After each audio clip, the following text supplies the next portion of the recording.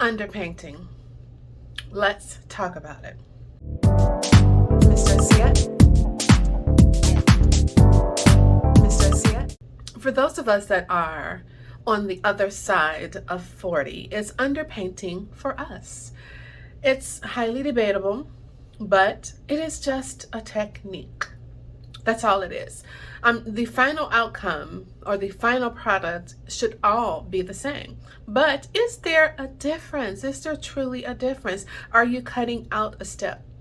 Are you doing something so drastic that the outcome is completely different than what a traditional application of your makeup is? Is it debatable? Not really, because it's truly up to you. It's your preference over what you do, in my opinion.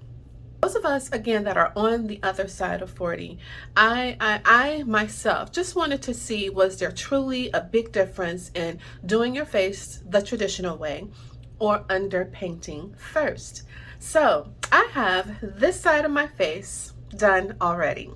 I did it the traditional way. I put my foundation on first, and then I layered everything on after that. So this side I have nothing on. I have no foundation or anything on this side. So I am going to underpaint on this side and just see for myself if there is a big difference. Let's underpaint. All right, guys, so I am back and I spared you some time. I went ahead and did this off camera. So I went ahead and underpainted my products. I have on my concealer, my blush, I did some contour and foundation. So again, I already did this side. I'm just going to do this side. So I'm going to use my It Cosmetics Your Skin But Better setting spray just to wake it back up again. And the one thing that I will definitely say that if you are using, you gotta keep in mind what type of products you're using too. Because if you're using something that is mattifying or it dries really quickly, you have got to work really quickly. So I sprayed my sponge with some setting spray, and we're gonna go ahead and get started. So I'm gonna start with my foundation.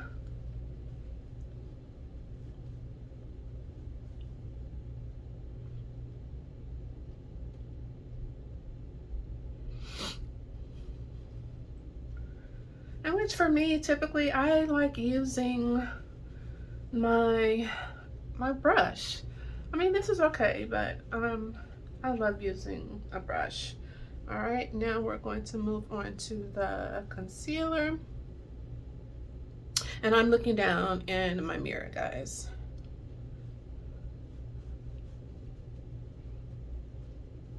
All right, going under the eye.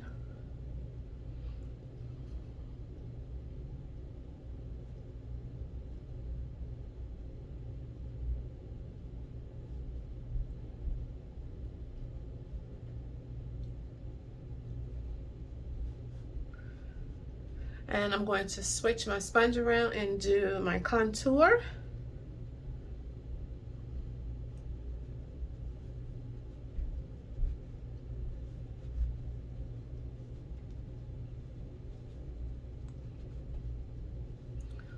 I'm gonna blend that out on my nose.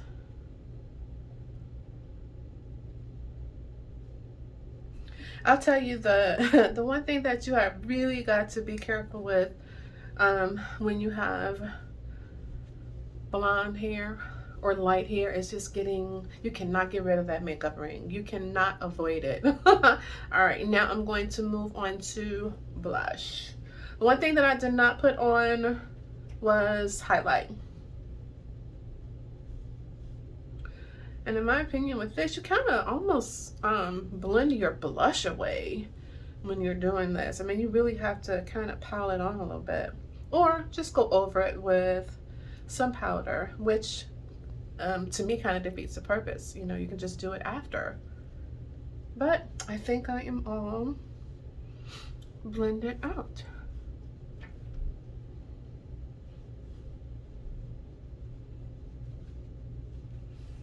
All right.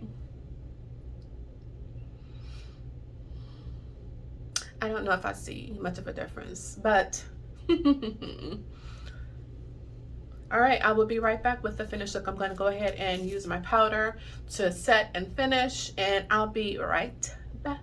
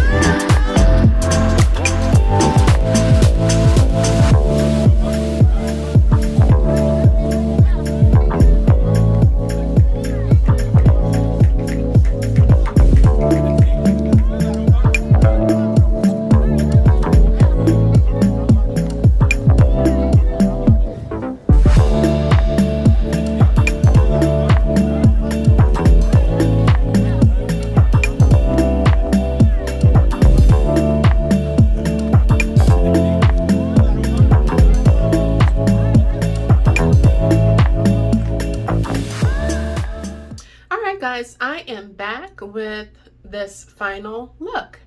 Again, I did this side over here the traditional way. I put my foundation on first and I layered everything on after that. And this side right here, I did the underpainting first. I used a brush on this side and I used a sponge on this side. And to be honest, the only difference that I felt I had to do was go back over with my powder blush because I felt I kind of blended away the cream blush. But other than that, I mean, the final product is not final product. The final look, in my opinion, is the same. I don't know. It's just it's technique. It's truly technique. It's this actually is not new, but for some reason it is definitely trending and going viral right now. But I think I'll stick to the traditional way. Just a little bit too much thought into underpainting. So let me know what you do. Have you tried this? Do you think that it is the best thing since sliced bread? Or are you a girl like me that says if it ain't broke, don't fix it? This is Miss Darcia. See you in the next video. Bye-bye.